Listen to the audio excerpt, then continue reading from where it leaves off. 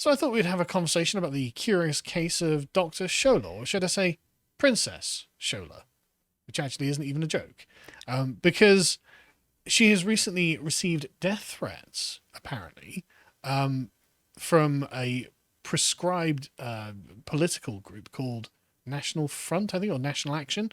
They were prescribed a Nazi group in 2016, but somehow they're still operating, and I thought it was worth talking about. Now, before we go on, obviously, don't send Dr. Shola terrorist threats. Bad thing. Don't know why I have to say that. Because obviously it's illegal and it's wrong. There is also an aspect to it that is politically more germane, though, which is she thrives on being your hate target. That's how she makes her money. That's how she makes her living. That's why she's relevant. That's why we're talking about her at all today now. So just don't give her attention. Come and watch someone you like us, talking about this in a much more relaxed environment where we can not only unpick the ideological tangle that Dr. Shola finds herself in, but also we can have a bit of fun along the way. But before we start, go to lotus.com, sign up and watch our book review of Konstantin Kissin's An Immigrant's Love Letter to the West, in which he does his very best to defend the West against the most strident critics that we have, like Dr. Shola. And in it, he makes a great, he gives us a bit of a revelation about a TV clip that we're about to watch, in which he was having a conversation with Adil Ray on Good Morning Britain. And apparently, afterwards, the framing of this was that John Cleese had said, well, London's no longer an English city, because, and as the 2021 census revealed, London is about 37% English, as in people in London who identify as English is about 37%. And so John Cleese had made the point, well, not really an English city anymore, to which Dr. Shola and Adil Ray have this debate with Konstantin Kissin. But the interesting thing, and the reason you might want to watch The Immigrant's Love Letter to the West, is because in his book, Konstantin tells us that after this discussion, Adil Ray turned to him and said, wasn't it good that we didn't have any English people on this discussion? It's like, why would that be good? But moreover, why would Adil think that he can turn to Konstantin and go, wow, isn't it great there are no English people here? Konstantin isn't like a lunatic who hates England and hates Maybe English she people. assumed that if he's not English, that he would exactly. not care about England. Exactly, that's precisely it. But the great thing about this clip, I realize I'm setting up, but it's important. The thing to look for in this clip is the confused nature of Adil Ray when presented with Konstantin's very straightforward view of the world. Let's watch. Referring to UK cities or London as non-English is the key point here. Britishness is not determined by the color of our skin. I am British. I'm not less British than John Cleese because I'm black. The Britishness that we experience is it's not segregation. It's all about integration. It's not exclusion. It's about inclusion. And what is it about Britishness that is not represented in any of our UK cities? Is it our government institutions? Is it our values? Is it our love of football? Is it the food or the royal family? All of that is celebrated. So how are we not English? Sorry, I got the wrong clip, but we'll see Konstantin's in a minute. She wants to know how she's not English, how London is not English. Now, obviously, John Cleese is speaking culturally. He's talking specifically about the way that different cultures manifest different habits, behaviors, aesthetics, the experience of being English. Now, if 40% of London is directly of immigrant descent and only 37% are actually English, then it's pretty hard to see how London would have an English cultural atmosphere, isn't it? Yes. And I find this a problem in major cities, that tradition is being left out of the picture almost entirely. So Shola says, well, in what way am I not English? And I would suggest it's the way that, ethnic heritage is hereditary. You inherit from your parents your ethnicity. And so if Dr. Shola is in fact a Nigerian woman because her parents were Nigerian, then in that way, she's not English. Doesn't mean she's not a British citizen. I think it's sad that we have to even discuss this. Yeah, this is not a controversial take. Yeah. This is just how ethnicity works. Yeah. You inherit your ethnicity from your parents. That's how it's done. So it's like saying, well, in what way is that poodle not an Alsatian? It's like because its parents were poodles, not Alsatians. It's not a value judgment. You know what I find very funny is that she's talking about a culture as being, open to everything. On the other hand, they use the term multiculturalism, which implies a plurality of cultures. Yeah, so barriers between different cultures that distinguish one from another. That's a contradiction. Yeah. So, and she knows that she's Nigerian because, she retweeted this. Someone had tweeted at her, "Our Doc Shola just made me proud of her looks today. Beautiful, majestic woman who is proud of her roots with lots of Nigerian flags." So she retweeted this. She knows that she's Nigerian and she's proud of being Nigerian. Nigerians aren't English. That's the way in which you're not English. It's not a judgment. It's not bad to be Nigerian. It's not good to be English. This is just the fact of the matter. And because for Shola, she would have to essentially admit that Rudyard Kipling was an Indian. If we can go to the next one, you see that Rudyard Kipling, he was born in India, but on his Wikipedia bio, he's described as English. How could that be? He was born in India. He's as Indian as the next. And upon decolonization, when all the British were kicked out of India, Dr. Shola would have been there going, no, that's wrong. He's as Indian as anyone else. Because my Indianness is an inclusive, multinational, borderless Indianness. And that's what she's trying to do with Britishness. Sorry, has he written the poem If? Yes. Yeah, it's and magnificent. all the Just So stories and loads of other things. Yeah. Loads of other things. I find that magnificent. Sorry for the interruption. If is definitely probably the best poem in the English language, in my opinion. But the point is, he's not Indian, and everyone knows he's not Indian because his parents were English, and that's how an ethnicity works. It's just how it is. And Shola would have to say, well, Rudyard Kipling is therefore a colonizer, right? Because he comes from a people that are located elsewhere. They colonized India. Even though he was born in India, he grew up there, and then upon decolonization, he was forced to leave. Right. She described the Queen as a colonizer in basically the same way, right?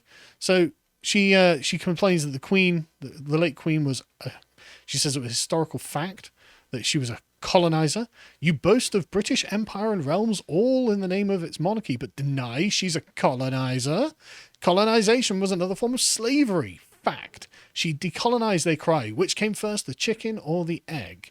Well, in the case of the Queen, it's not even a particularly deep philosophical question. The British Empire came first. She was born in the 20th century, and then we decolonized the empire. It's not even a question. But Shola carries on with this. She says, look, the royal family isn't from here. We can go to the next tweet, John. See someone saying, well, how dare people think you're not from here, Miss Shola Mos-Shog-Bamimu. Typical English name. Which in fact is what Dave's point was. And she goes, well, the royal family isn't from here then. Dave, Saxe-Gotha-Gothberg is very common in England. Well, now we do understand how this works, don't we, Shola? So it's not that you're born in a place, because of course the Saxe-Gotha-Gothberg's born here, but not from here, as she agrees. That's true. Because, in fact, the reason that these are considered to be legitimate British monarchs is the principle of descent, as in heredity. If you can go to the next one, John, you can see that this is the direct royal line from William the Conqueror to Elizabeth II. If you just scroll down, so you can see goes through quite a few different monarchs until Elizabeth II. But if you get to the next one, you see she is also go to the next one, you can see that she's also descended from Harold Godwinson. So Elizabeth II, though her family may have come from parts of Germany, because of the way that European feudal marriages operated all across the continent, she is a direct lineal descendant of both generals at the Battle of Hastings. So she's definitely got some connection here. And so this, I think, is understood by Dr. Shola, not just because she calls herself a proud Nigerian, but also because she is, in fact, the descendant of royalty herself. I didn't know that. No, she tends to keep this quite hidden. Apart from on her website, you scroll down, it says she is the granddaughter of the late Nigerian monarch Ogeri Remo, Oba Alfred Ob Afwa, Babington Ashe Legunson III, the oligarch of Ogeri, and the daughter of the late Prince Adjebo Babington Ashe. That's how you're not English. You are literally a Nigerian princess in exile. That's not very English. And it's okay. I mean, you've got a great and noble and prestigious lineage, Your Highness. Much in the same way as the late Queen Elizabeth. But in what way are you actually different? You know, this is... Okay, so... Anyway, we'll move on from that. So here she is praising her royal father as well. So this isn't just some, random website. That was her own website, drshola.com, or something along those lines. But this is her praising her princely father. So she understands the principle of descent and heredity of ethnicity. So why does she use both? Because it seems to me that the card she's playing is that she understands the distinction between the ethnic identity and cultural identity. Yes. And it's almost like almost like she's lying. Almost like she's talking out of both sides of her mouth, isn't it? It's like always make sure that you have a card to play. Yes, that's very much what it is. And she pretended to be confused on that Good Morning Britain interview. In fact, let's play Constantine just clearly summarising it for Adil Ray, who also doesn't understand the principle of heredity.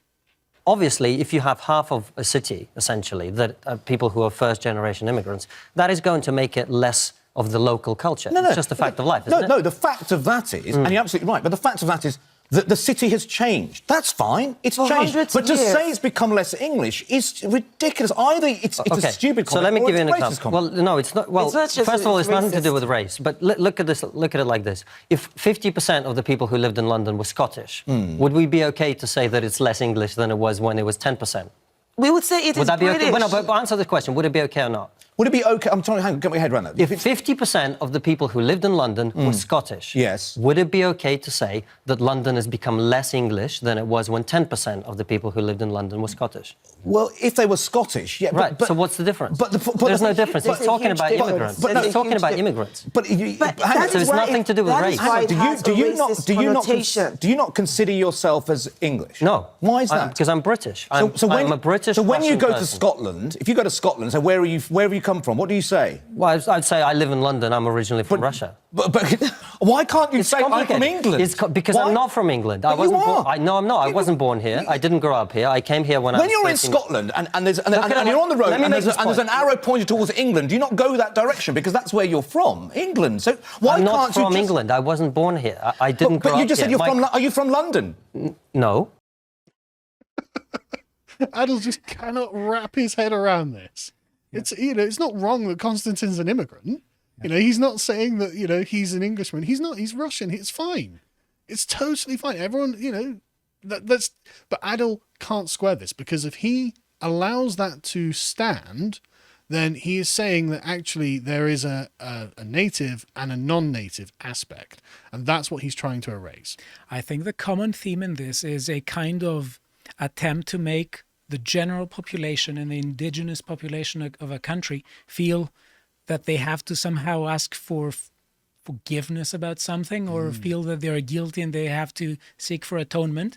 And I see this everywhere. Yes. In Like the Western world. We see it constantly said that there is no indigenous population of England and Europe, Okay. for example. And that seems to be what Adil is trying to maintain. But as Constantine just points out, well, no, that's not the case. I am an immigrant. It's fine for him to be an immigrant, especially as Constantine is a sympathetic immigrant. He's someone who's come to this place because he likes it. He doesn't want to see it just to be, liquidated into whatever the quote inclusive Britishness that they have. But the thing is as well, right? So going back, you can see Shola was there and she was just trying to, the point about, if it was 50% Scottish. Error 404. Yeah, exactly. Yeah. It's 50% Scottish. She felt she had to say something. But we would say it's British. It's like, would we say it's British? Yeah. Would we? But anyway, so Shola seems to really genuinely quite hate Britain. She's constantly tweeting. I mean, this is literally, in the last 24 hours, I went through her Twitter feed to see what anti-British stuff she'd posted. And this is every BAFTA winner is white is not shocking. It's intentional to exclude and discriminate. So very British.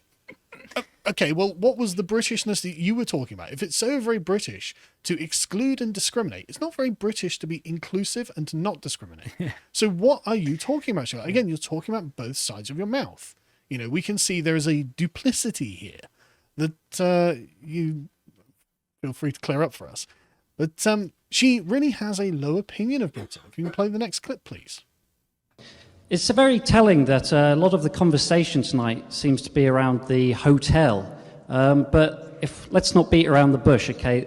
Everybody, I think, can agree with me that the biggest concern is everybody's welfare and safety. Now, don't take us for fools when you say that these people are refugees. We know they are illegal migrants. If these people were refugees, what are they fleeing from? It's very telling that we're never told what they are fleeing from. What wars are they fleeing from? What countries are they coming from? What are they fleeing? What persecution? We don't know. So we know that they're by definition illegal immigrants, which technically makes them criminals. Right, so that was a clip from a recent sort of town hall where we're dealing with the illegal migrants who have come to this country illegally and now are being put up in five-star hotels. And in response to what I thought was quite a sensible centrist statement that a normal person would agree with, Shola retweeted this saying, in Britain, hate is not extreme or the exception, it's the norm. People vote for it. See how evil is well articulated and clapped for in Britain. Shameful. I think this can be read in another way. If she thinks this is true, why did she want to identify as British? Well, that's a great point. In fact, let's play the next clip. White supremacy, the ideology of whiteness, is the norm, not the exception. So people, please wake the heck up and let's eradicate the problem. That's her referring to Britain. White supremacist country. The ideology of whiteness is the norm that needs to be eradicated. So why does she want to be here at all? What would be the point? Because it's what we said before, that woke mentality is inherently exactly expansionist. Yes. This is CRT, critical race theory. 100%. If we can get to the next link, this is if you can zoom in on this, please, John. The Smithsonian did us a nice graphic that described whiteness, because most people, when they say white supremacy, you're thinking of men in white hoods who are burning crosses. That's not what they're talking about. When they say white supremacy, they are talking, if you look at this, they're just describing English culture, actually. Aesthetics based on European culture, steak and potatoes, food, bland at best, justice, time, Christianity, history based on Northern European immigrants' experience, this heavy focus on the British Empire. Basically, you're guilty. The default position is you're guilty and you have to atone for your guilthood. Sure, but this is meant to be what they consider to be a value-free description, right? Individualism. If you can scroll down to the bottom, John, and I think the most revealing one here is communication. The King's English. Right. So that's the communication of whiteness, is it? The King's English. Why would that be white supremacist? No. That's the thing. This isn't about supremacy. They say this is the white culture, right? And so when they say white culture, what they're saying is English culture. They say be polite. Yes. Such a bad thing to be polite. Yes, but the thing is, people read this in wrong ways because of the way that they frame this, they call this white. But this, of course, is not universal to white people. People in France are white, but they don't have the King's English in France or in Germany or in, Poland or where in the Netherlands. This is obviously talking about the particular Anglo culture of the United States. And, of course, that's what Shola is appealing to in England, obviously. Again, be polite. Is that really a Spanish axiom? Is it really, don't show emotion, say the Italians, and so the problem that the Americans have is that they call Englishness whiteness. And because it's got a universal property, white, they ascribe the habits of the English to people with white skin. And so it makes it sound like only white people are polite, or only white people are competitive or care about justice. Justice based on English common law. So we know that they're not talking about the French or the Germans or anyone else. English common law is surprisingly something particular to England. And so the fact that it's called white is the sleight of hand that they use. And what they mean is English culture. So when Shola is saying, well, this is a white supremacist country, what they're saying is an English country that has English common law and communicates in English, cares about all of the sort of particulars that English culture approves of. And notice, as soon as we say that, when she says, let's eradicate the problem of whiteness, well, this is what she means. She doesn't mean racists in KKK hoods beating or lynching black people. That's not what she's talking about. Eradicate the culture. Exactly. Destroy the culture of being polite, speaking English, having justice based on English common law. That's white supremacy to her. And so this is quite a tiring job, as you can imagine. As she says in this interview, it's not the job of black people and ethnic minorities to educate white people on racism perpetuated by white people. White folks need to educate themselves on racism. Really. Because racism, of course, is preferring the English culture of England over the non-English cultures of foreign parts. That's all that is. That's what she's saying. And this is the form of discrimination. And so I think the reason that Shola, in particular, I mean, what she said here is she's saying that it's the English person's job to eradicate Englishness in England. That's the summary of what she said here. And how is that not colonization? Because they try to get English people do it. Right. But she's also not English from abroad, and she's here promoting this. So it would be like if the British Empire had gone to India and started trying to eradicate the native Indian cultures.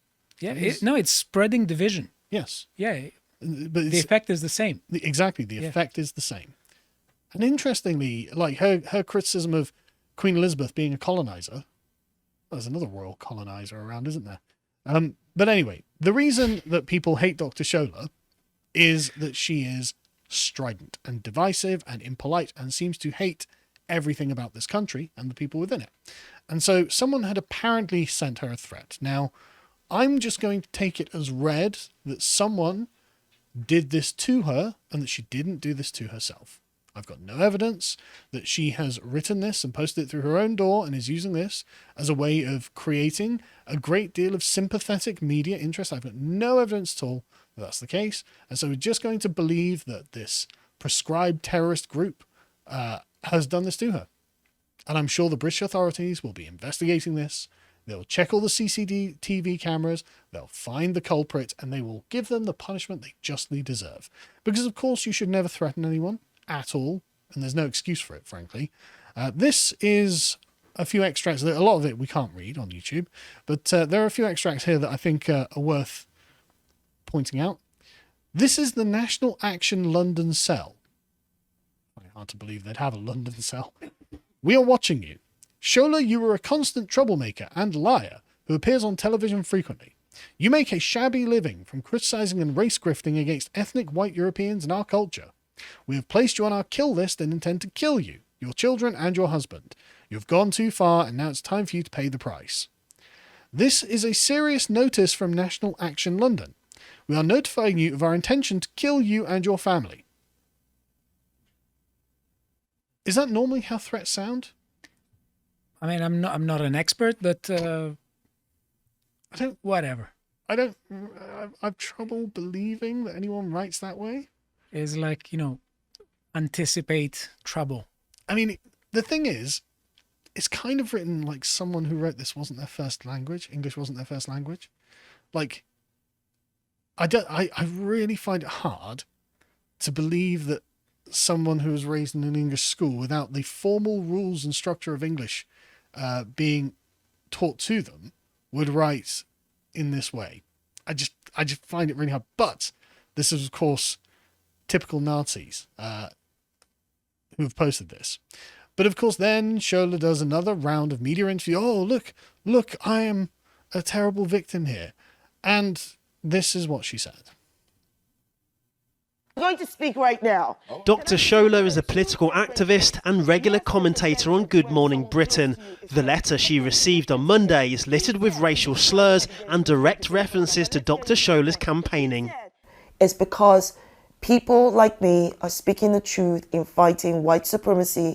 Dr Shola believes the tone of British politics around institutional racism and immigration have re-energised far-right beliefs. Using words like invasion to asylum seekers and refugees, especially those who come from ethnic minority backgrounds. It speaks directly to how British ethnic minorities are also treated because, Black British people, Asian British people are treated like that in this country. It almost seems to me like we are meant to be grateful. Why should you be grateful to be in Britain? The evil, racist, Nazi, white supremacist country that you need to completely change. But you can see just from that news footage, the bit of her on Good Morning Britain being unbelievably strident. Like she's winning very few friends outside of the circle of people who are very sympathetic to this.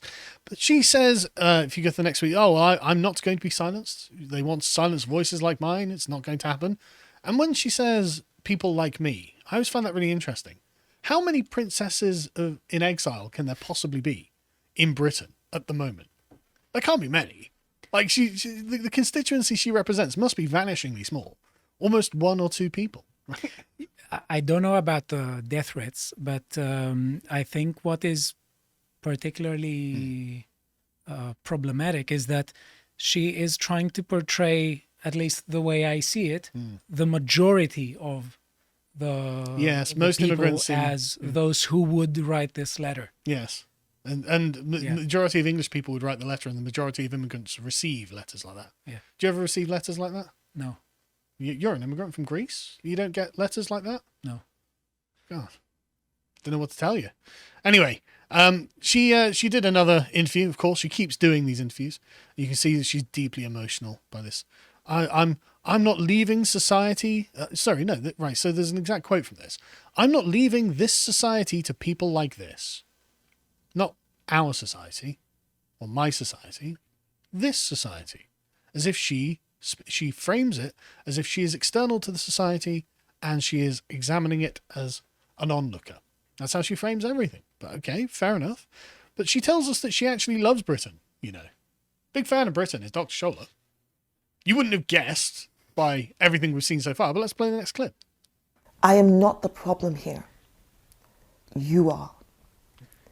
This country, the United Kingdom, we love so much. And the greatness you believe this country has was created, added to, expanded on by people like me and the ancestors of people like me. We belong here.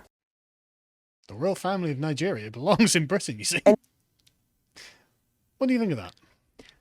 I don't know. I don't like people who are trying to demonize the population of most countries, and I don't particularly like. She's insufferable, isn't she? Yeah. But then it's okay to say because she is insufferable and she knows it. But what I find interesting is when she says in that clip, this country we love. It's like, again, not our country or my country. She speaks like from an external perspective, and her face is kind of cold when she said. But as soon as she starts talking about the immigrants, the foreigners, her face warms, goes down, all the things and it's just very interesting. I don't understand why she wants to identify as British if she thinks that British culture is all the bad things she described it to be. Great question. As if being British is something that has no content for her mind. And she says being British is something that I'm going to say what it is. Yeah. Has nothing to do with the way the concept arose historically. And basically it means nothing. Yeah. So it's just throwing the term like that. And the indigenous British people have got no claim to it. Actually an exiled Nigerian princess has a claim to it. And there's a question as to if you hate a culture, why are you still there? I mean, I would suggest that it's because everything she's saying is a lie. Yes. And actually, we've got this kind of external fetishism of foreigners and foreign cultures, and we actually kind of oikophobically hate our own culture. That's what I would suggest. But anyway, the main point that she's getting to here is that actually, if you can believe it, this is all an attempt to control your speech. Yeah. You know what you're not allowed to call her? A race grifter. Let's play. Them saying that racism doesn't exist, it's all in your mind. Them being allowed to use words like race baiter, race grifter against voices like mine. I'm not the only one that receives threats like this online or offline. There we go. You're not allowed to call her a race baiter or a race grifter. Her entire career is built on race baiting and race grifting. Yeah. But I mean, if you call it, then... This ties well, I think, with what we were talking about in the previous segments. She wants to portray the majority of the population as such. Yes.